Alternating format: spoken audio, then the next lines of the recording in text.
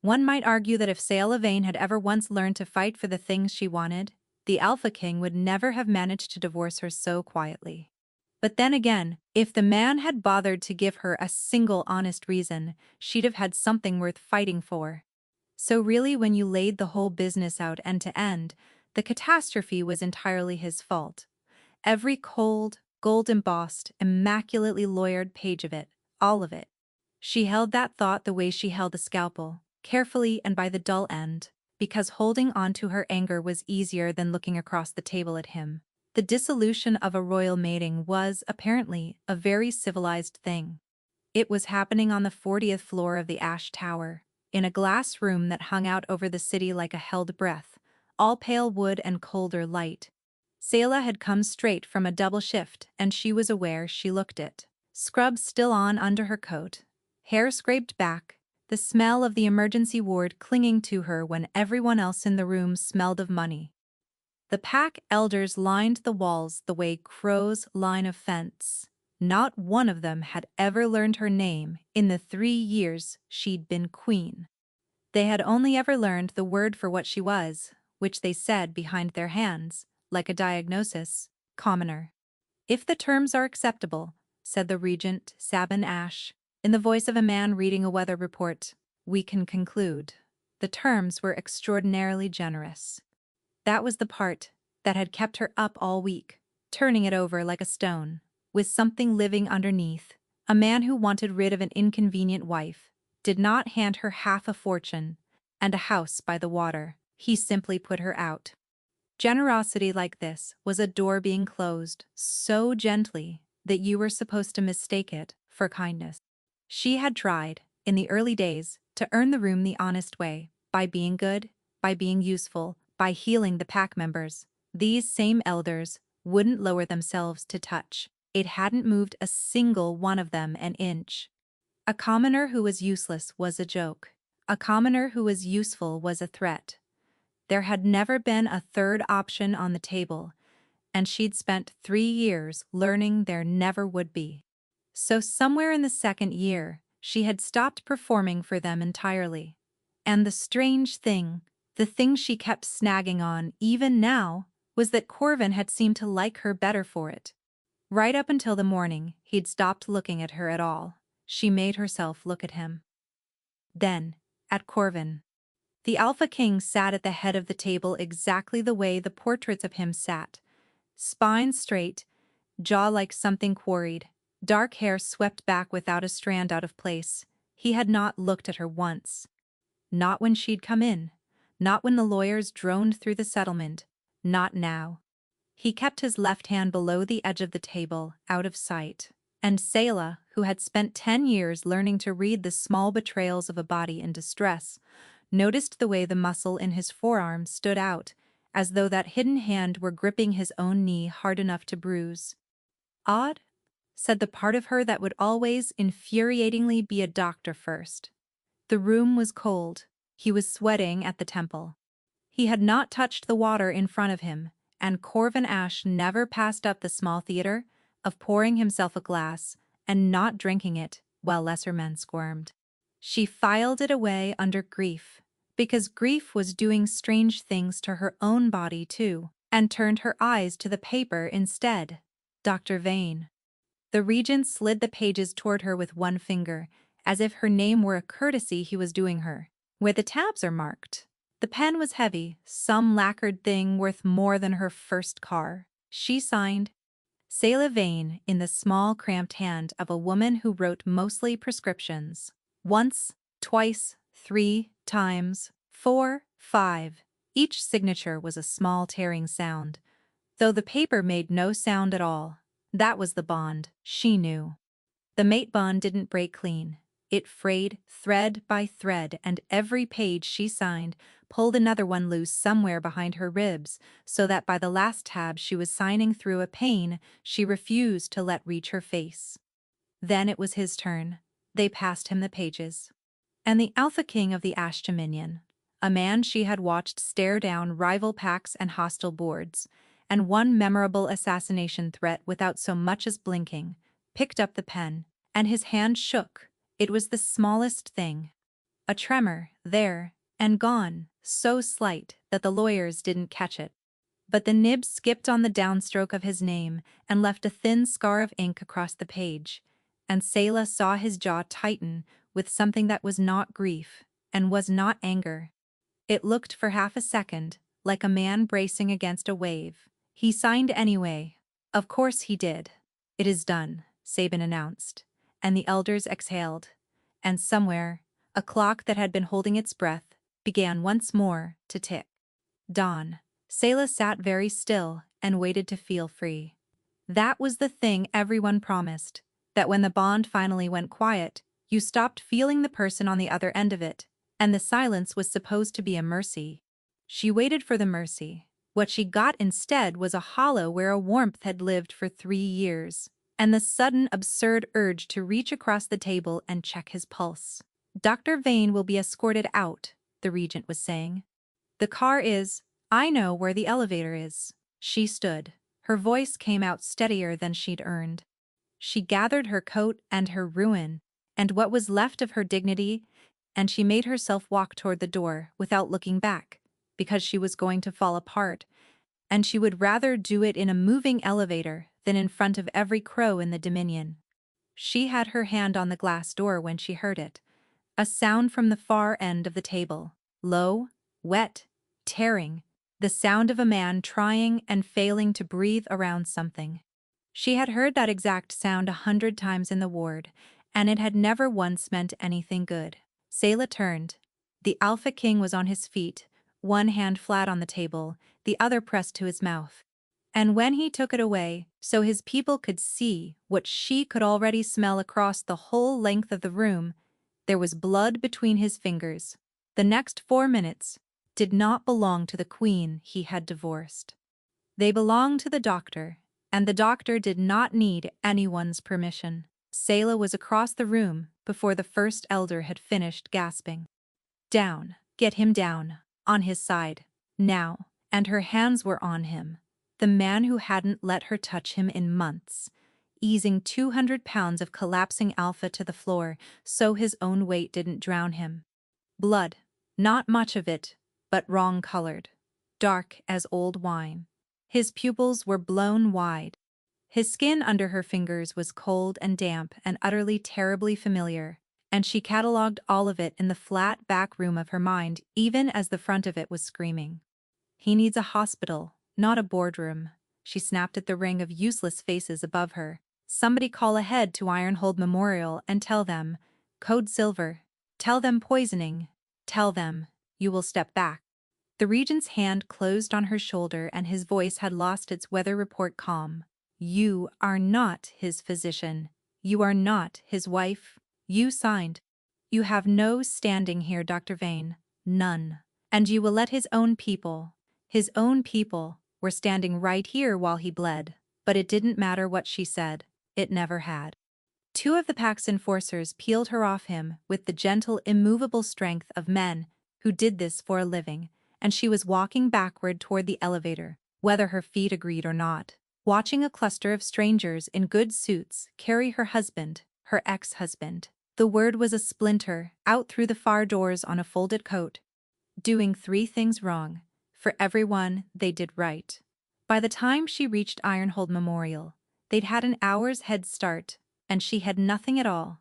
This was her hospital. She had trained in it, bled in it, slept in its on-call rooms, until she'd forgotten what her own bed felt like. And tonight she stood in its lobby in her own scrubs, and was told, by a security guard who apologized the entire time, that Dr. Vane was not on the approved list for the 6th floor, and would she please wait. The 6th floor was where they put people who mattered. She had worked it for 2 years. She knew the badge readers, the blind corner by the linen store, the fire door that had latched wrong since the spring, and that maintenance kept forgetting to fix. She reflected, being escorted out of buildings a great deal today. So she waited, and she was good and small and quiet about it, until the guard was called away to deal with a family arriving in tears.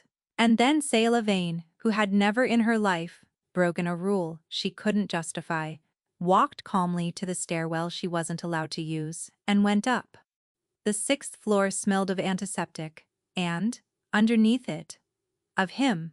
3 years of marriage had taught her his scent the way she knew her own hands, and even scrubbed and sick, and half a corridor away it reached into some animal part of her and pulled.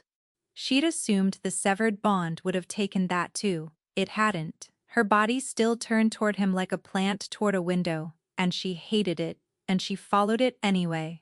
She kept to the wall. She knew this corridor. She knew the door. It stood at the end, half open, a wedge of hard white light spilling across the floor, and through the gap, she could see the foot of a bed, a bank of monitors, and a clipboard hooked over the rail, where the night nurse had left it, because the great ones upstream never read their own charts. Selah slid through the gap and picked it up the way she'd picked up 10,000 charts, out of pure animal habit, and she began to read, and the floor of the world quietly opened beneath her, because this was not tonight's story. The blood work went back months, liver panels that should have belonged to a dying man twice his age. A creeping patient collapse.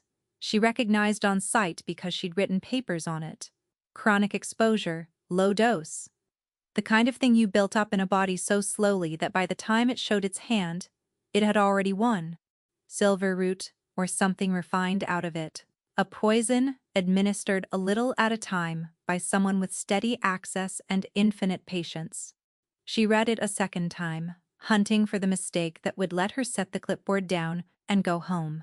Doctors made errors, labs mislabeled. There were 100 innocent reasons a panel could look like this. She checked each one and crossed it off, the way she'd been trained, and every crossing off shut another door, until there was nothing left but the ugly little room at the end of the hall with the truth sitting quietly inside it. He had not gotten sick tonight. He had been dying since before the spring. She flipped past the panels to the medication log, and here the cold crept higher up her arms. Someone had been careful. The doses of his supposed heart tonic were logged in a neat, clinical hand, initialed each time, regular as a tide, and on 3 separate nights the initials had been scored out and written over, as though a different person had signed for the dose and then thought better of leaving a name.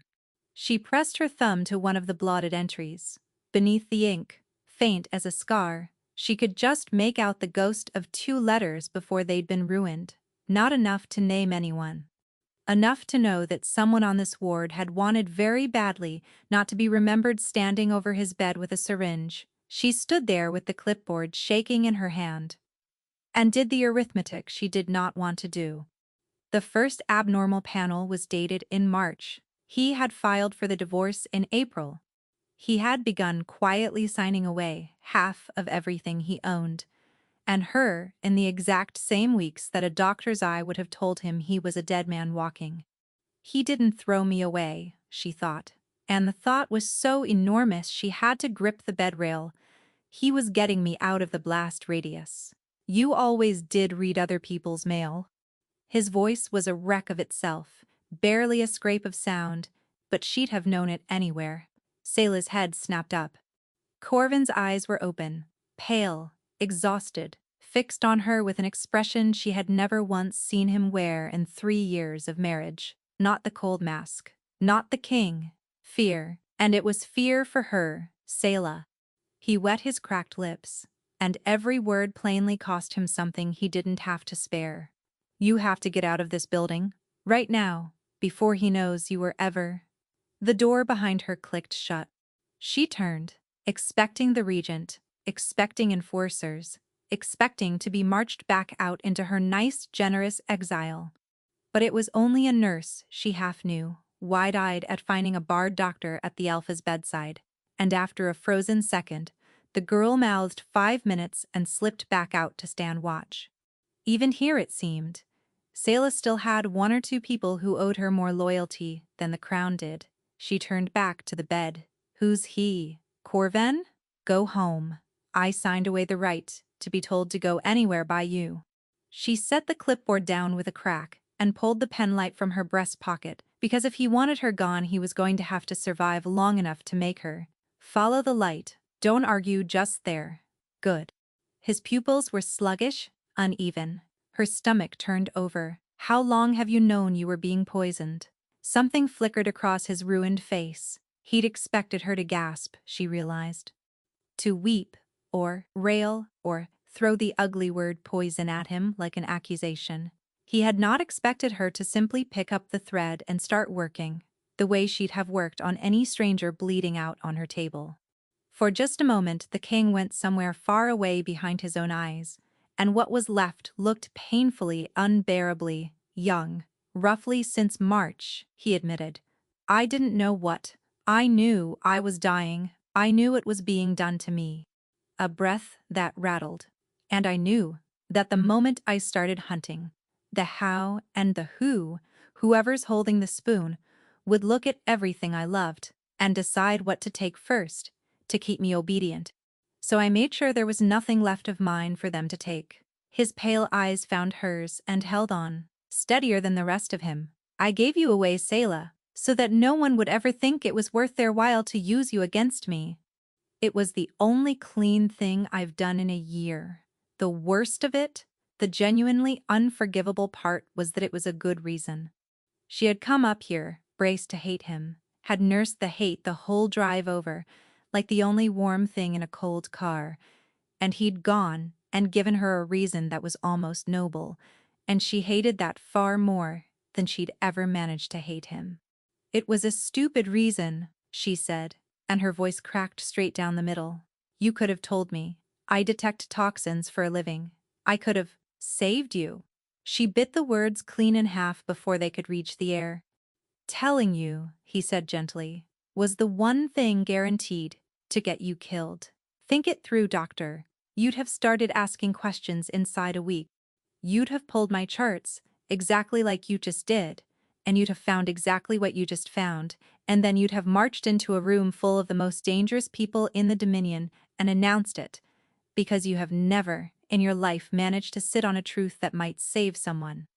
His mouth pulled sideways, not quite a smile. I know you, Selah. I married you for it. I couldn't very well keep you and expect you to stay quiet, so I did the only sum that came out with you alive at the end of it. She wanted to tell him the sum was wrong. She couldn't, quite, because she was already standing in his room with his stolen chart, proving his point for him. You cut the bond too, she said, and hated how small it came out. 3 years, and this was the wound that surfaced. Not the poison, not the lie, but the silence where he used to be. You didn't have to do that part. I did. His eyes closed a moment. If they'd ever put a blade to you, I didn't want to be able to feel it. I'm not strong enough for that.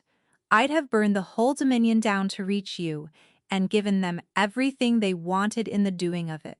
He said it plainly, like a man reporting the weather. And that was somehow worse than if he'd wept. She turned it over, a man so frightened of what he might do to save her, that he'd cut the cord sooner than trust himself with it. It was the most backhanded declaration of love she had ever been handed, and it landed harder than any bouquet ever had. Voices out in the corridor. The nurse's, high and apologetic. Under it, a deeper one, unhurried, certain. The regent come to collect his nephew, and no doubt to have the barred ex-queen removed from the building for the second time in one night. Corvin's hand shot out and caught her wrist. Even now, even wrecked, his grip was warm and sure. Whatever you think you've worked out, he breathed, you tell no one, not the nurse, not the enforcers, not a soul. If they learn, you know, you become useful. And useful is the most dangerous thing a person can be to me right now. Please. For once in your life, walk away. Selah looked down at the hand around her wrist, and then at the chart, and then at the man, at the failing liver panels, and the steady March date, and the 3 years of a cold mask she'd finally understood the shape of. She thought about walking away. She was, after all, very good at being told to leave. Instead, she turned her wrist inside his grip until she was holding him. 2 fingers pressed to the thready gallop of his pulse, and she made him a different promise than the one he'd asked for. I'll walk out that door, she said.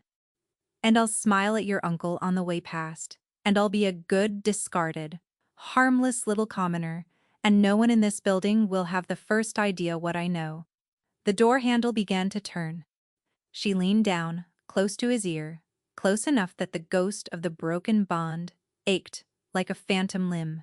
"But I'm the best poison doctor in this dominion, Corvin, and somebody in your circle has spent 6 months trying to murder you slowly, so I'm not going home. I'm going hunting." His eyes widened. And as the door swung open on the regent's smiling, patient, terrible face, Selah straightened, stepped back, and understood the one thing that turned the cold in her veins to ice.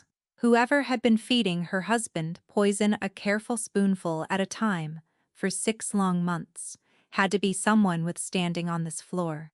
Someone the crown trusted without question, which meant the person who wanted him dead was almost certainly already in the room. There is no arrangement in the world more awkward than doctoring a man you used to be married to, and Selah managed to invent a worse one by doing it while pretending she was neither his doctor nor his wife. The cover story was Corvan's, and she resented how good it was. The Alpha King, it was quietly given out, suffered from a recurring blood ailment, nothing catching, nothing weakening, simply a condition that wanted managing by a discreet specialist. And who more discreet than the commoner ex-queen, a decorated toxicologist, bound to silence by the very settlement that had put her out with no love left for pack gossip and every reason to keep her mouth shut. It was airtight. It let her move a cot into the estate's medical suite and put her within 20 feet of him around the clock. And the beauty of it, the part that made her want to throw something, was that the whole dominion read it as the king being merciful to a woman who had nowhere better to be. The regent had permitted it, with a smile as thin as wet paper. "If it comforts him," Sabin had said, "to keep his old physician close. Grief makes sentimentalists of us all." And he had looked at her a beat too long, the way a man looks at a card he can't yet place in the deck. She had 2 allies inside the walls, and she guarded them like organs. The first was Kezia, the night nurse, who'd stood watch at his door and asked no questions, a broad, unbothered woman who could carry a covered tray past a checkpoint as though daring anyone to lift the cloth. The second lived at the other end of a burner phone. Emeric Vale, chief of medicine at Ironhold, the man who'd found a furious orphan doing sums on the ward floor 20 years ago and turned her into a doctor. When she'd called him at 2 in the morning and said, "Only I need a mass spectrometer and your discretion," he'd said, "Bring me the sample," before she finished the sentence. There was exactly one person alive Selah trusted without a footnote, and it was him. She sent him 3 milliliters of the king's heart tonic in a lipstick tube.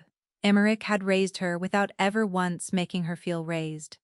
He taught her the ward's unwritten rules, which consultants to flatter, which to ignore, how to give a dying man the truth without stealing his last hour. And when the palace came courting the strange, blunt girl from the charity clinic, he was the only one who told her, "Go, but keep your own name." She had. It was the one piece of advice that had outlived the marriage. If there was a single seal in the whole dominion she'd have staked her life on unread, it was the one stamped on Ironhold's pharmacy stock, because Emeric ran that pharmacy like a man running a church. Before she'd sent the sample, she'd turned the tonic bottle over in her gloved hands for a long time. The apothecary's label was flawless in every particular: crest, lot code, prescriber's initials. And that was exactly what was wrong with it. The court physician had first written the tonic in April. The lot code etched into the glass belonged to a batch compounded in February, 2 full months before any prescription existed on paper. Someone had prepared the vehicle before there was an excuse to pour it. Whoever this was hadn't improvised. They'd waited, with a bottle already filled, for a reason to arrive. Then she went to work on the man himself, which was its own kind of poisoning. "You're doing the thing," Corvin observed from the bed. He looked marginally less like a corpse. Today she'd gotten fluids into him and cut the tonic to nothing, and a little of the old insolence had come back to sit in his eyes. "The pacing. You pace when you're building a case against someone. You did it the whole week before you proposed to me, if you recall." I recall you proposed to me, did I? I remember it as a joint effort. He watched her check the line in his arm with an attention that had nothing to do with medicine. Ask me your question, doctor. You've been circling it for an hour. Who wants you dead, Corvin? So many people. It's rather flattering. He said it lightly. And there it was again. The sidestep, smooth as oil on water. Half my counsel. A baker on Vell Street whose sister I declined to marry. Shall I have a list drawn up? I'm serious. You're always serious. It's my favorite of your problems. You used to like that about me. I still like everything about you. It's terribly inconvenient. He said it with no weight at all, which was how she knew he meant it, because Corvin Ash told the truth only when he could pass it off as a joke. You're going to make yourself a target chasing this. You know that. And you'll do it anyway, and I'll lie here and watch you do it, and there is no version of tonight where I come out of it having behaved well. When she didn't smile, he sighed, and for a moment, something honest surfaced through the charm. If I knew, Selah, with certainty, I would have already acted. You don't survive being poisoned for 6 months by moving before you're sure. I don't know. And she believed him, because he said it well, and because she wanted to, which she knew perfectly well were the two worst possible reasons to believe anyone. She stayed late that night doing what she was good at, reading. Not charts this time, but the room itself. The estate suite had been his father's before him, and Corvin lived in it like a man in a rented flat, nothing personal, nothing soft, except a heavy old writing desk against the north wall that didn't match anything and that he'd asked her, twice, not to bother dusting. The bottom drawer was locked. Locked drawers, in Selah's experience, were simply questions wearing a little brass hat. She had it open in under a minute, with a pick she was not, strictly, licensed to own. Inside there was no love letter, no gun, nothing so simple. There was a dossier, his own hand, months of it. Dates. The exact dates of every dose she'd reconstructed from his blood work, laid out before she'd ever arrived, cross-hatched against a list of who had been in the residence each of those nights. He had been hunting his own murderer the entire time he'd been letting the world believe he was too proud and too busy to bleed. He had lied. I don't know, had been a lie. Told to her face not 4 hours ago. And at the bottom of the last page, dated yesterday, underlined twice, was a single name. She never got to read it. Behind her, from the doorway, in a voice with all the warmth gone out of it, Corvin said, "Close the drawer, Selah." She did not close the drawer. You lied to me. She stood, the page in her hand, her thumb over the name. She hadn't let herself read yet, because reading it felt like a thing she couldn't take back. 6 months of I don't know, and you've had a suspect list since spring. You've had a name. I've had 40 names. He crossed the room slower than he wanted to. She could see the cost of every step, and he did not reach for the page. That one isn't a conclusion. It's a fear. There is a difference, and the difference is the only thing keeping half this household out of a cell it may not deserve. His eyes were very steady. If I say it out loud to you, it becomes real, and then you go and do something brave and stupid, and then you die. We have established this, you and I. It's practically our song. You don't get to decide what I can survive knowing. I decide very little, he said quietly. I decided to marry you. That's about the sum of the good decisions I've been allowed. Then stop protecting me and start using me. She didn't raise her voice. She'd learned long ago that the quiet ones landed harder. I am the finest forensic toxicologist you will ever get within arm's reach of, and you have me sleeping on a cot 10 feet from your bed while you try to solve your own murder with a locked drawer and a fountain pen. It's insulting.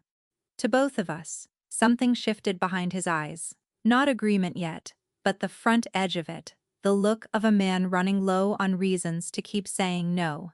All right, he said slowly, all right. When you've mixed every dose that goes into me for a week, and I know the line into my arm is clean, I'll give you the drawer, all of it, every name I've been afraid to write twice. The ghost of the old insolence flickered. We'll both be sorry I agreed to this. It was a low move, agreeing with her at last in that worn-out voice, and she was still deciding whether to soften toward him for it when she smelled it. Underneath the antiseptic, and the leather, and the warm copper scent of a sick alpha, something bitter, green, wrong. It was faint, it would have been nothing to anyone else, a sourness under the ordinary hospital smells, the kind of note a mind files away as a flower left somewhere to rot. But Selah had built a career on the difference between a smell that meant nothing and a smell that meant a family was about to lose someone, and her whole body had decided which this was before her mind caught up. It was coming from the fresh IV bag Kezia had hung 2 hours ago, the one Selah hadn't mixed herself. Her body moved before the thought finished. She tore the line out of his arm. He grunted, startled, and slammed the roller clamp shut and had the bag off its hook and across the room in the sink, all in the time it took him to say her name once. Concentrated. Not the patient trickle that had been killing him by inches for half a year. This was a killing dose, a whole season's worth in a single bag, meant to stop his heart inside the hour and be gone by morning. Someone was in this room. Her voice came out flat and strange. In the last 2 hours, someone with access to the suite and to a pharmacy, who knew Kesia's rotation, who knew exactly how much. The service door at the back of the suite clicked. She was across the room in 4 strides. A figure, hooded, quick, already halfway into the dark of the linen corridor. And Selah, who had never once claimed to be a fighter, who healed for a living precisely because she'd grown up on the wrong end of other people's fists, did the one thing her body still remembered from those years. She got low and took the runner's trailing ankle, and the two of them went into the wall hard enough to bring the linen shelves down around them. For one bright second, she had a fistful of hood and the hot animal panic of a body that hadn't expected to be caught, and she hauled at it, trying to drag a face into the light. Then an elbow snapped back into her cheekbone, white light, a burst of pain, and her grip tore loose. A boot caught her under the ribs and drove the breath clean out of her, and by the time she'd blinked the corridor back into focus, they were already up and moving, fast and low, and horribly disciplined. No wasted motion anywhere in them. Gone into the belly of the estate through a servant's door that should have been locked and wasn't. Not a thief. Not a fanatic. Someone trained, and someone with a key. She was on her knees on cold tile with her face already swelling, and Corvin's voice raw with terror behind her. But her hand had closed on something in the scuffle. She opened it under the corridor light. A cap syringe, dropped in the struggle, empty now, and stamped along its barrel, small and clinical and utterly damning, was a lot number and a seal she knew as well as her own signature. Ironholt Memorial, pharmacy stock, her hospital. Nope. Imeric's hospital. The poison that was killing the Alpha King was walking out of the one building in the Dominion Selah had trusted with her life. She sat back on her heels in the cold and made herself breathe. Ironhold held 3,000 people. A seal on a barrel meant the poison had passed through that pharmacy. It did not mean the man who ran it had put it there. She said it to herself. Twice. Clearly. The way she'd say it to a panicking resident. Evidence. Not conclusion. Her own courtroom mantra, and she realized with a jolt, the very principle behind the locked drawer she'd been so furious about 10 minutes ago. She understood that drawer better. Now, a name spoken too early was a loaded thing. But she also knew the arithmetic of access, and the arithmetic was ugly. Whoever had filled that syringe had drawn on Ironhold stock, known the estate's floor plan, timed it to Kesia's rotation, and moved through a locked servant's door as though they carried the key in their pocket. That was not a stranger. That was someone at home in both worlds, the hospital and the crown. There were very few people alive who lived in both, and Selah could count them on one hand. She sat there, in the wreck of the linen shelves, and did not let herself look at a single finger. They didn't speak for a while after Kesia had gone. Sworn to say nothing, sent off to strip the suite of every sealed supply they hadn't watched with their own eyes. And after Selah had let Corvin clean the split skin over her cheekbone, with a cloth and a gentleness that was somehow harder to bear than the blow had been. The estate had gone. The particular silence, of very late the hour when even a palace forgets to keep up appearances. Somewhere below them, a clock counted under its breath. It was only the two of them now, and one lamp, and the sting of the antiseptic she'd used on her own face. "You threw yourself at an armed intruder," he said, "over a bag of fluid. I threw myself at the thing killing you." She sat on the edge of the bed, because her knees had finally stopped pretending. Occupational habit. I ran toward the emergency. It's a whole personality flaw. I have paperwork on it, Selah. He set the cloth down. In the low light, the king was nowhere to be found. There was only Corvin, exhausted and unguarded, looking at her as though she were a sum that kept coming out to more than he could afford. "You could have been killed tonight, standing between me and a coward with a needle, and the entire reason I burned everything down, the marriage, the bond, all of it, was so that I would never have to watch that happen, and here you are, bleeding on my floor, again. Then you shouldn't have made it so interesting to save you." The joke didn't land the way her jokes usually did. It hung in the small warm space between them, and turned into something else, the way things had a habit of doing, at 3 in the morning after your heart has been running for its life. "Wanting you. In case the divorce gave you the wrong idea, I signed those papers with my hand shaking so hard the lawyer thought I was afraid of losing my money. I was afraid of losing you, and I did it anyway, because a live wife who hates me was worth more than a dead one who didn't. It was the best math of my life, and I have regretted it every hour since." For 3 years she had told herself a clean, survivable story. That the palace had ground him down, that a commoner wife was a young king's mistake, and he'd finally grown into the sense to fix it. She had folded the cold months into that story. The nights he didn't come, the way he'd stopped meeting her eyes, the slow retreat of a man edging toward a door. She had built the entire architecture of getting over him on the foundation of "he stopped loving me." And now he sat here, gray and gaunt and honest, for once in his life, and kicked the foundation out from under it. "You made me think it was me," she said. Her voice didn't shake, which surprised her. "All those months, I thought I'd bored you, embarrassed you. Just stop being enough. I rehearsed leaving you 100 times so that you couldn't leave me first. I know." He didn't look away from it, and she gave him the credit for that. "It was the cruelest thing I've ever done, and I'd do it again tomorrow to keep you breathing. Both of those are true. I've given up trying to make them fit." She should have said something sensible.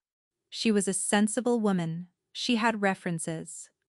Instead, she reached up and laid her palm along his jaw, over the stubble, over the pulse she'd been monitoring for days, and had somehow only now let herself feel as a thing that belonged to a person she loved. "Tell me to stop," she said, "and I'll go back to my cot and we'll never speak of it." "Don't you dare," he breathed, and then neither of them was speaking at all. The kiss was nothing like the careful, courteous ruin of the boardroom. It was a door blown open. His hand fisted in her hair, and hers found the warm plane of his chest, the hammer of a heart she had personally fought to keep beating, and he made a low sound against her mouth, like a man who'd been thirsty a long time and had stopped expecting water. She'd meant to be gentle with him. He was ill, she was a doctor, and then he was kissing her the way a man kisses when the world is ending, and every clinical thought she owned went out like a snuffed candle. And that was when it happened. Through the place where they touched, his mouth on hers, her hand over his heart, something crossed that had no business crossing anymore, a thread of feeling that was not her own. His fear, his relief, his want, pouring raw and unfiltered straight into her chest, so vivid she gasped against his lips. For half a heartbeat she was inside him. The animal terror of the last 6 months, the loneliness of dying politely in front of a court that might well be the thing killing him, and beneath all of it, steady as a struck bell, a want for her so total it frightened her. It was the most naked thing she had ever felt, and it was reaching her only because their guard was finally down, because for once She had let a dying king past every last wall she had and forgotten to be a fortress. The bond. The bond he had severed with 5 signatures and a shaking hand. It was not dead, it was reaching across the cut like a root under a wall, blind and stubborn and trying, at the worst possible moment, to grow back. Corvin went rigid beneath her. His eyes flew open, and she saw her own dawning horror answered in them, because he'd felt it too, and he understood before she did exactly what it meant. The one tether he had cut to keep her worthless to his enemies was knitting itself back together, left open. A bond deepened, it set. And the moment anyone learned the Alpha King's heart was bound to a commoner doctor again, she would stop being a discreet inconvenience. She would become the most valuable hostage in the Dominion. Corvin's hand came up and cradled the back of her head, holding her there against him. And through the raw, new thread, she felt the exact moment he decided not to let go. Felt it arrive in him, warm and reckless and doomed. "Let it come back," he whispered into her hair, which was either the bravest thing he had ever said to her, or the most catastrophic. "I'm tired of being safe without you." Selah closed her eyes and let herself have it, just for a breath. Then the doctor in her, who never fully slept, asked the quiet question that iced the warmth right out of her. How had the intruder known which bag to poison, on the one night she hadn't mixed it with her own 2 hands? Someone had known her routine. Someone had known the 1 hour the line was hers, no longer. Which meant that somewhere in the sleeping estate, behind a servant's door that locked from only one side, they still had a pair of eyes she hadn't found. For 11 days, Sayala let herself be happy, which was a reckless thing to do in a house where someone was still trying to commit a murder. She mixed every dose that went into him with her own hands and watched it travel down the line into his arm, and slowly, day by day, the man came back from wherever the poison had been dragging him. His color returned. The tremor left his hands. He started arguing with his counsel over the phone, in a voice that made the aides on the other end sit up straight, and then hanging up and grinning at her like a boy who'd gotten away with something. The severed bond went on quietly reknitting a thread at a time, until she could feel the low, warm hum of him from across a room, and neither of them said a word about it, because naming a thing like that felt like a way to lose it. He was, it turned out, a menace as a patient. He hid the fact that his hands had steadied by palming a playing card and making it vanish, badly, just to make her laugh. He argued that cocoa had medicinal properties, should be prescribed twice daily, and could only be administered safely by the chief physician in person. One night, when the ward was dark and the estate asleep, he talked her through the whole architecture of his loneliness. The father who'd ruled by fear, the brother who died young, the throne that had landed on a 19-year-old like a sentence, and she perched on the edge of his bed and listened and understood, at last, the shape of the mask, and exactly why he'd built it. She had married a performance 3 years ago. She was only now absurdly at the tail end of everything, meeting the man underneath it. It made her furious. It made her his. It was, she knew even then, a false spring. But she was so tired of winter, and she took the 11 days with both hands, and didn't apologize for them, not even to herself. The crack came at the treaty summit. House Marrow had sent an envoy to the estate to sign a border accord, and an Alpha King, who missed his own summit, was an Alpha King the whole Dominion would assume was dying. So Corvin stood in the great hall in full ceremony, immaculate again, the mask fitted so seamlessly that only Selah could see the exhaustion behind it, because she could feel it humming down the bond, the cost of every gracious smile. She stood at the edge in a borrowed gown, playing the discreet physician, and for one warm and dangerous hour, it was almost a party. She watched him work the room and understood watching that the ease she'd resented for 3 years had never been ease at all. Every laugh was placed. Every hand he clasped, a half-second before the other man reached for his, so that the reaching would never show.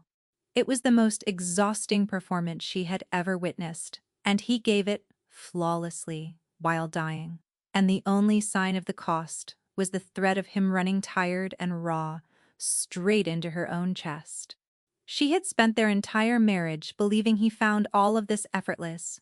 He found it agony, and had simply refused, out of some terrible inherited pride, to let a single living soul see it, including, especially, her.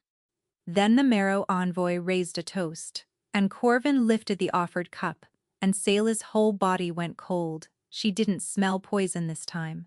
She smelled nothing, and that was the tell. The wine had been decanted in the kitchens, where a dozen hands could reach it, and every other cup on the table carried the ordinary bouquet of a good vintage, and his, only his, had been scrubbed of scent the way you'd scrub a thing to hide what you'd dissolved in it. She crossed the floor before she decided to, took the cup from his hand under the pretext of a clumsy stumble, and let it shatter on the flagstones. "Forgive me," she said to a hall full of staring nobles. "My nerves," and she dropped to gather the pieces so no one would see her face. Corvin covered it flawlessly. A laugh, a joke about his skittish doctor, the summit rolling on. But under the table his hand found her wrist and held on, and down the bond came the one thing his face would never show, not fear for himself, fury. Cold, total, patient fury that they would try for him here, at his own table, in front of the one woman he'd bankrupted his own heart to protect. "Kitchens," she murmured, under the cover of gathering the glass. Someone reached the decanter in the kitchens. That's a dozen fresh hands with access, and every one of them cleared by your own household. "Then my household has a hole in it," he said pleasantly, still smiling for the room. "And you and I are going to find it." And she felt the promise of it move through him down the bond, like a blade drawn slowly from a sheath. Later, when the hall stood empty but for the two of them and the smell of spilled wine, he crossed to the old writing desk, unlocked the bottom drawer, and set the dossier on the blotter between them. "You've earned it," he said quietly. "You've mixed my medicine for 11 days, and I'm still breathing, which is the longest that's been true in a year. No more locked drawers between us." He looked older than he had at the summit. "All the performance gone. Read the last page." It's what I couldn't say. He didn't sit with her while she read. He crossed to the tall window and stood with his back to her, the way a man stands when he's handed someone a loaded thing and can't bear to watch their face while they discover what's inside it. "Whatever it says," he told the glass, "it isn't a verdict. It's the worst fear of a frightened man, written down so it would stop rattling around in the dark where he couldn't see the shape of it. I need you to hold it that way. Evidence, not conclusion. That's your phrase. You drum it into your residence. I've had it pinned to the inside of my skull for weeks, trying to be worthy of it." Sayla sat. She turned past the dates, past the lists of who'd slept under this roof on which poisoned night, to the final page in his careful hand, and the name written there, circled twice, pressed so hard the pen had nearly gone through the paper, was the name of the man who'd found her doing sums on a ward floor and made her a doctor. The one seal in the Dominion she'd have staked her life on, unread Emmerich Vale. "No," Sayla said to the page, because the page was easier to argue with than the man. "Sayla, no. This is," she was on her feet without deciding to be the dossier shaking in her hand. "You wrote down Emmerich Vale. You think the man who raised me has been poisoning you. Do you know how insane that is? He's the reason I'm a doctor at all. He's the reason I survived long enough to marry you. He signs off on half the charity clinics in the lower city out of his own salary. He is the single most decent person I have ever—" "He runs the pharmacy the poison came out of," Corvin said, and he said it gently, which was worse than if he'd shouted. He compounded a heart tonic in February for a prescription that didn't exist until April. He has the toxicological knowledge to refine silverroot to a dose no one else in this dominion could manage. He has standing at Ironhold and standing at court, and he has had, this entire time, the one asset no other suspect could dream of. His pale eyes stayed on her, steady and terrible. He has you, your trust, your loyalty, your eyes and your hands inside my house. Stop. Her voice came out cracked. Stop building the case. I can hear you building it, brick on brick, the way you build everything. And it's airtight, and that is exactly why I don't trust it. You can make anything sound airtight, Corvin. You made a divorce sound like mercy. You made abandoning me sound like the most loving thing a man ever did, because it was the only loving thing I had left. The room tilted. What are you saying? I'm saying I knew. The confession came out of him low and even. A man reading his own sentence. I've suspected Emmerich since the spring. And when you turned up at my hospital bed, when you forced your way in and swore you'd hunt whoever was killing me, I let you stay. Because as long as you loved him, he'd never believe I was closing in. His own protégé at my bedside, trusting him completely, meant he'd feel safe, meant he'd get careless. His jaw worked. I used the one clean thing in my life. I let you go on loving the man I believe is murdering me, because your blindness kept me alive. Tell me that isn't the ugliest thing you've ever heard. She thought of the 11 days, every dose she'd mixed with her own hands, feeling useful, feeling chosen, and how neatly that usefulness had folded itself into serving him. She thought of how safe she had felt, safer than in years, and of how precisely a clever man weaponizes the exact thing that makes you feel safe. She wanted to. She stood with the dossier crushed in her fist and wanted, more than she'd ever wanted anything, to tell him he was wrong. Tell me I'm wrong, she whispered instead.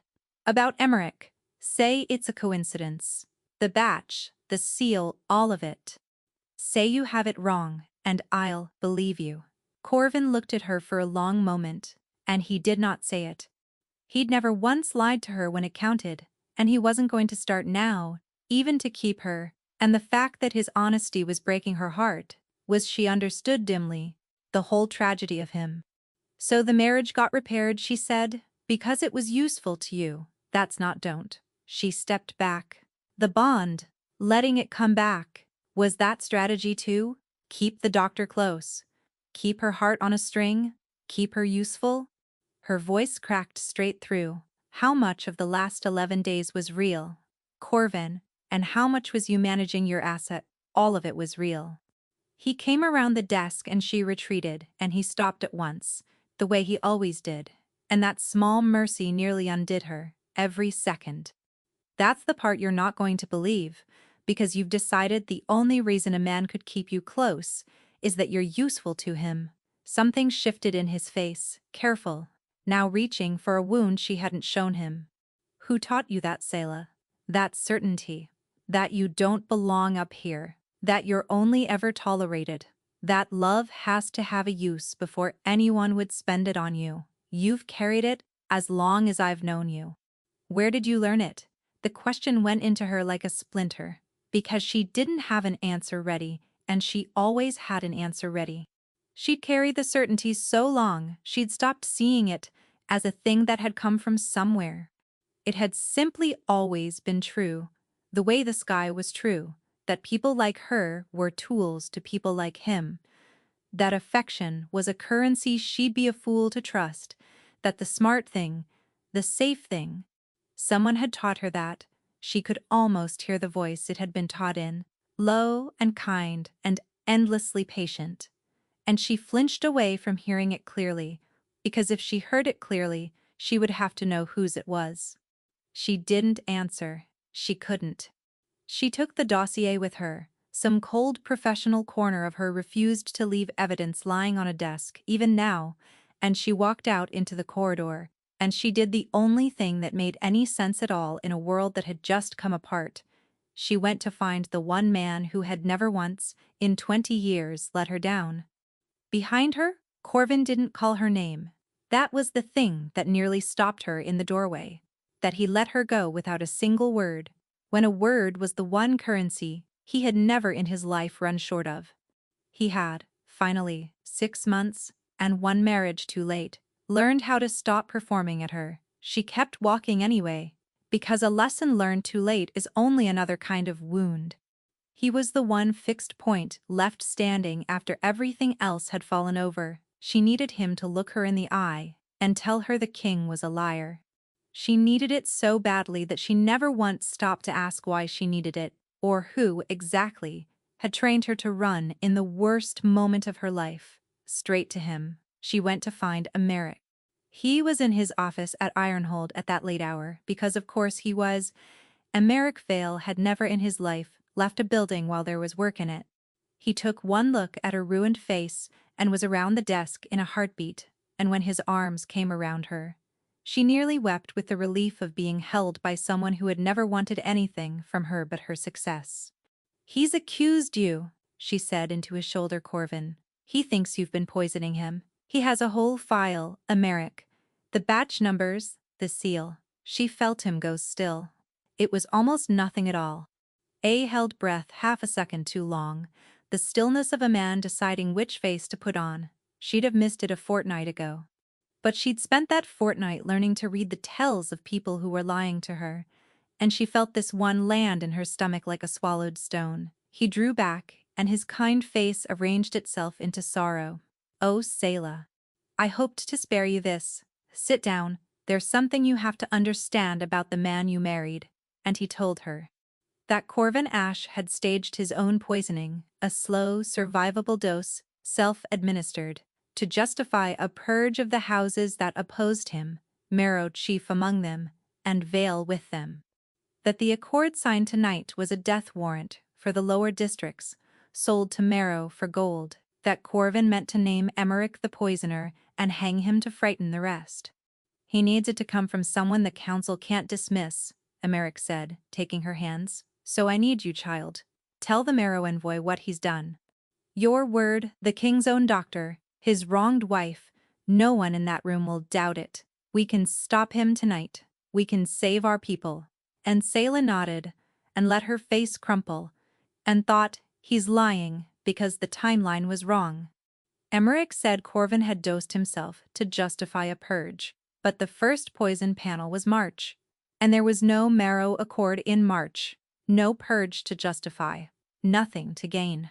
There had been nothing at all except a young king quietly beginning to die. The lie had a seam in it, and once she saw the seam, she saw the whole garment. And then he said the other thing, the thing that finished it. "You know how they are up there," Emeric murmured, stroking her hair the way he had when she was 13, and furious. "Our kind are never anything to them but useful. You were a novelty to that boy, Selah, a pretty tool. It's what I always feared for you, that you'd forget where you came from and let them make you believe you belonged." She heard it then. Her own oldest wound, the one Corvin had asked about. "Who taught you that you don't belong?" And here it was, in Emeric's gentle voice, being pressed into her like a thumb into a bruise, the way it had been pressed 1,000 quiet times across 20 years. He hadn't just poisoned a king, he'd been poisoning her one careful drop of doubt at a time, keeping her small and grateful and his, so she'd never look up long enough to see him clearly. 20 years. Every time the palace had bruised her, he had been there to press on the bruise and call it comfort. "Our kind, a pretty tool, where you came from." He'd built the cage so gently that she'd mistaken its bars for the only walls that had ever kept her safe. Corvin had asked who taught you, and here was the answer, stroking her hair in the lamplight. The same hands that had taught her to hold a scalpel had spent 2 decades teaching her to hold herself cheap. "You're right," she said, and smiled and wiped her eyes. "Of course, what do we do?" The council chamber still held them all when Emeric led her in. The Marrow envoy, the grey regent Sabin, she'd wasted the better part of a fortnight suspecting, and Corvin at the head of the table, who looked up at her entrance and let his whole ruined heart show in his face for one unguarded second before he saw whose arm she was on. And the light in him went out. "Your Excellency," Emmerich said to the envoy, grave and certain, "it grieves me. But the king's own physician has seen what he's done. Selah, tell them." Every face turned to her. She felt the whole weight of the room settle onto her shoulders at once, the envoy leaning in, hungry for the scandal that would sweeten his border terms. The regent's grey stare, giving nothing away, and Corvin watching her with the careful, ruined blankness of a man who had decided he would not beg for his life in front of his enemies.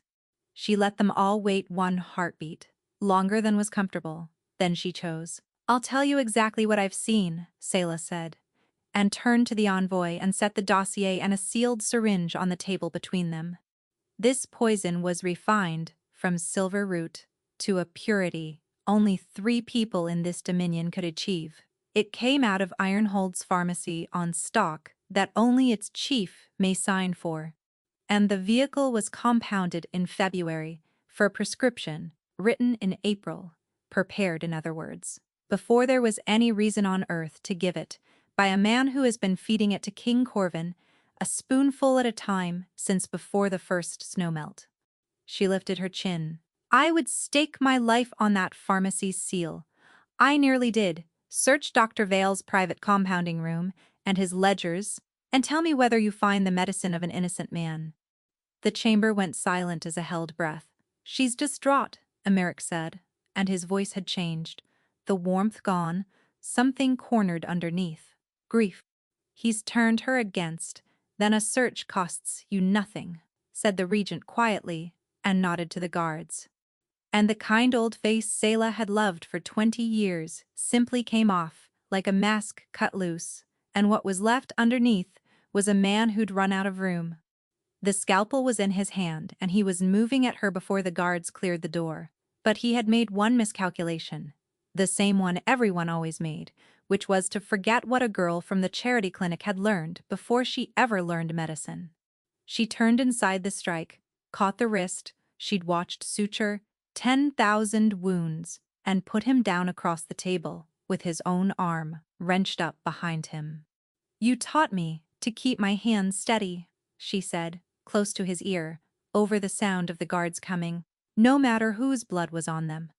Then they had him, and it was done, and she straightened up in a room full of people who finally believed her, and found she could not look at the one face she'd done it all for.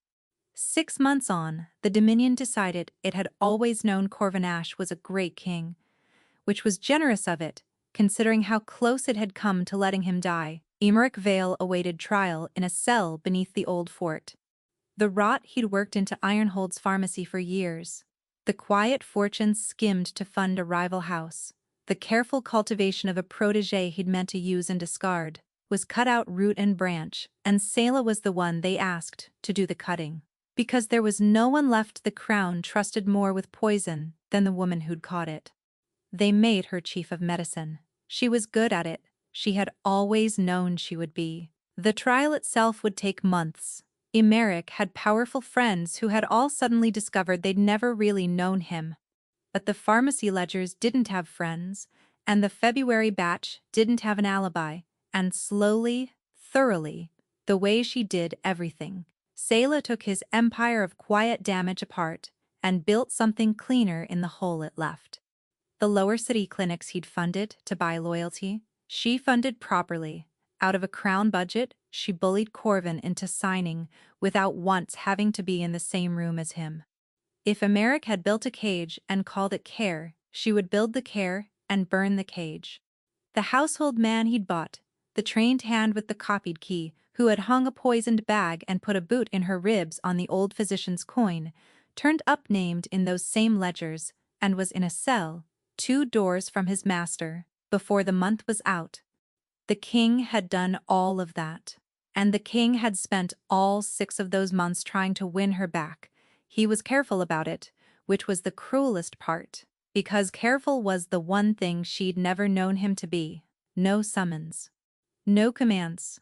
He never once used the fact that he was the most powerful wolf in the realm, and she now answered, technically, to his crown. The flowers came first, An absurd delivery that filled the whole chief's office and made her staff grin like idiots. And she sent them to the children's ward and thought that would be the end of it. It was not. He wrote to her instead. 2 and 3 letters a week, in his own hand, on the Crown's paper. Some were long, some were 3 lines. Some weren't about her at all. A policy he wanted her honest read on, a joke about a councilman, as though her plain opinion were still worth something to a king.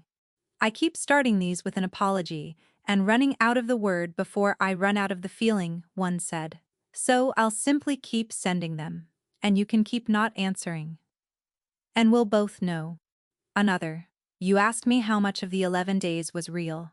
All of it. I've never once managed to perform the thing I feel for you. I tried, and failed, which is exactly why I signed the papers. Ask anyone who's watched me fail at it. And one, near the bottom of a long page, she'd sworn she wouldn't finish. I don't want you back because you're the finest doctor in the Dominion, though you are. I want you back because none of the rest of it means anything in a room you're not in. And once, only once, a short one that undid her worse than all the long ones, I've started delegating. You'll be furious to hear the Dominion runs perfectly well without me hovering over every inch of it. Turns out the only thing that falls apart when I stop managing it personally is me. Come see. Don't come see. Either way, I wanted you to know I finally listened. Kezia had opinions. So did Oren. The young packmate who'd been slipping Selah past checkpoints since the first week and now guarded her office door like it was the treasury. 41 letters, Oren reported one evening, apparently having counted. The man runs a Dominion and finds time to write you 41 letters. Then he should delegate better, Selah said, and did not look up from her charts. Early on, they'd been on her side without qualification. Make him grovel, Kezia had said, cheerfully vengeful. In the first raw weeks, you don't owe that man a single thing but the bill.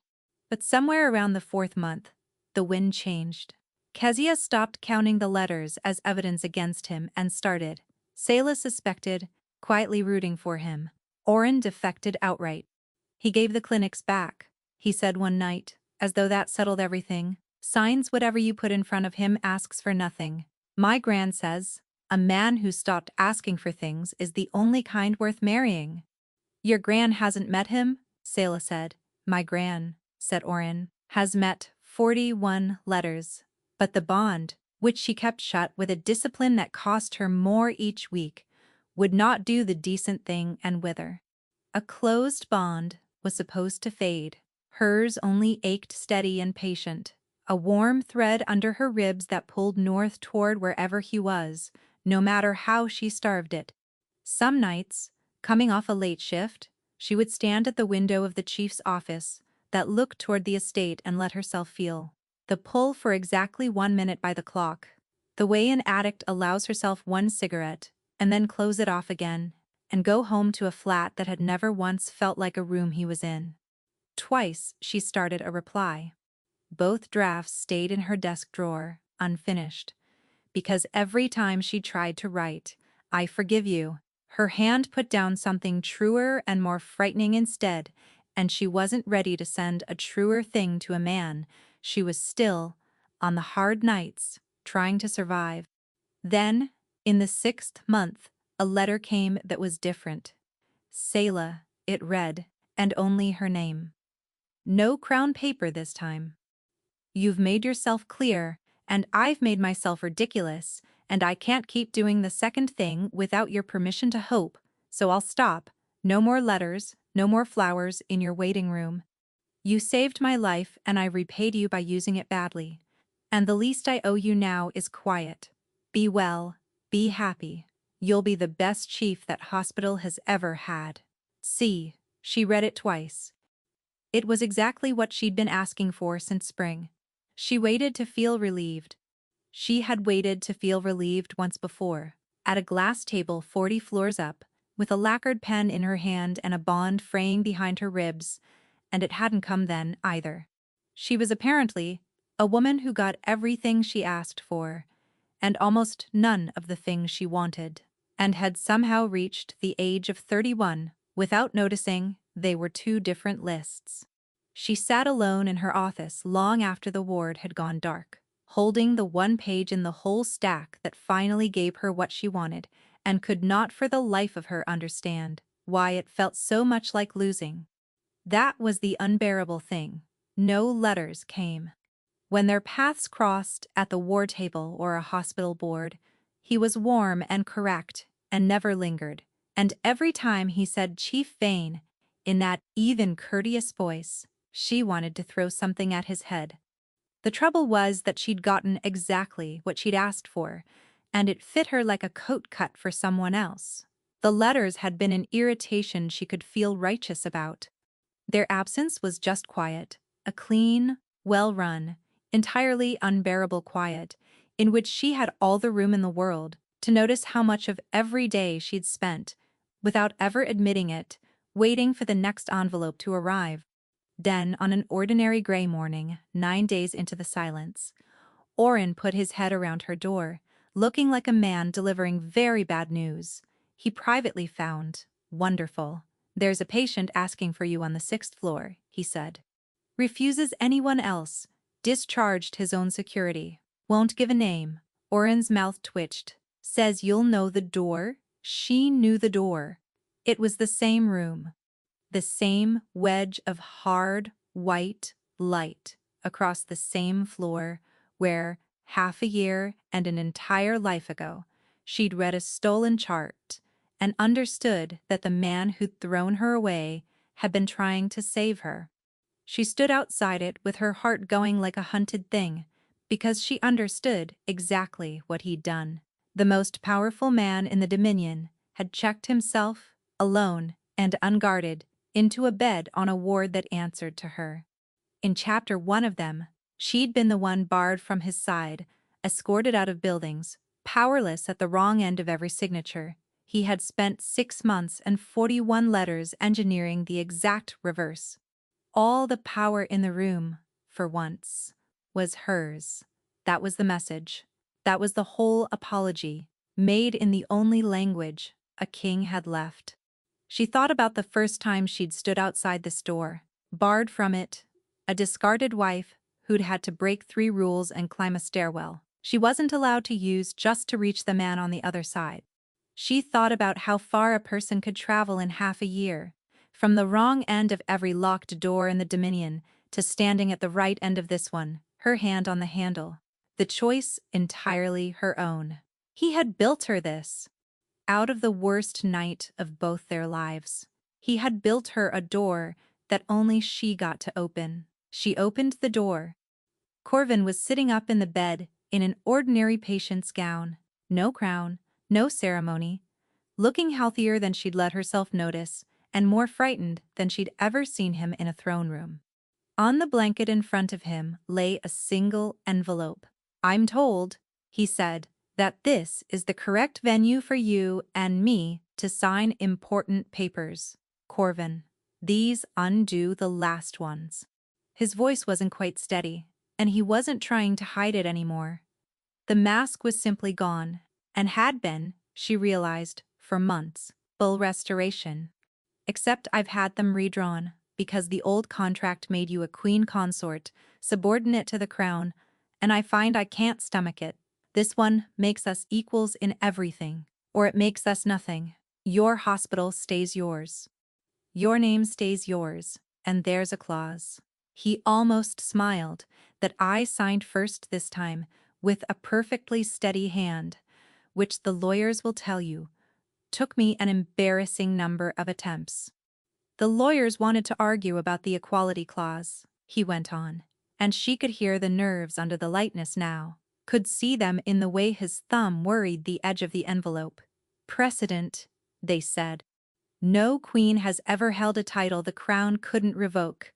I told them to go and find me a queen who'd earned one the crown couldn't survive revoking, and then we'd talk." They stopped arguing. He set the envelope down between them. "I'm not offering you my kingdom, Selah. You'd only reorganize it, and the council's frightened enough of you as it is. I'm offering you the one thing I never gave you, the first time around the truth, with nothing held back, and no door in my whole life you aren't allowed to walk through. He reached across the blanket and very deliberately opened the bond, threw it wide, held nothing back, and the whole 6 months of him came pouring through it at once, unperformed and undefended. The missing her that felt like an illness, the fear, the plain, helpless, useless love that had never once had a use and had never once stopped. I know I don't get to ask, he said. I used the truest thing in my life and I'd give the crown back to undo it. But I'm asking anyway, because I'm too selfish not to. Marry me again, Selah. This one, you don't get to give back. I've signed it. I mean it. I'm not strong enough to take it apart twice. The bravado fell away entirely, and what was left was small and honest, and hers. Say no and I'll walk out, and never trouble your ward again. Or take the pen. Selah looked at the envelope, and at the man who had made himself powerless, in a building full of her people, just to hand her the choice he'd once stolen. She thought about all the ways she'd rehearsed leaving him first. Then she crossed the room, and picked up the pen, and turned it over in her fingers while his heart hammered down the open bond loud enough to fill the room. Ask me one more time, she said softly. When you're not wearing a hospital gown, when you can actually stand up and mean it, in front of everyone who said, I never belonged. She let herself smile for the first time in 6 months. And I'll say the thing you're dying to hear. Through the bond, she felt the precise instant hope crashed back into him like a tide. That's a yes, he breathed. You realize that's a yes. And there it was, pouring through the open bond. Not relief, not triumph, but a joy so unguarded, it was almost hard to look at directly. The joy of a man who had spent his entire life certain he'd have to earn every good thing by performing flawlessly for it, discovering that the best thing he would ever be given was going to be handed to him at last. For free. Ask me tomorrow, she said, and find out. In the end, it took him a week, because he insisted on standing up to do it, and standing up properly took his healers. Chief among them, a stubborn woman he was not allowed to overrule, rather longer to allow. He asked her again in the great hall where he'd once presided, over a summit that nearly killed him, in front of the whole council and House Marrow's envoy, and every noble who'd ever called her commoner behind a raised hand. And this time, there was no cover story. Just a recovered king going down on one knee to the doctor who dragged him back from the dark. She said yes before he'd finished. The bond gave her away half a breath early, anyway, the way it always did now, and he laughed at her through it, and she stopped caring who saw. They were married on a bright cold morning, with the lower city packed to the rooftops, the boy king everyone had underestimated, and the charity clinic girl who'd seen the man behind the crown before anyone else bothered to look. He cried during the vows. She'd known he would. She didn't, quite, but it was a near thing. No taking this one back, he murmured when it was done. Why would I, she said, when I'm the one holding the pen? So, here's what I want to know. At what point did you forgive Corvin? Was it the moment he confessed he'd used her and couldn't lie about it? Or only here, at the very end when he made himself powerless, just to put the choice back in her hands? Or are you like Selah, and think a man who signs a thing like that still has a great deal of proving left to do? Tell me in the comments. And if this story kept you to the end, you know what to do.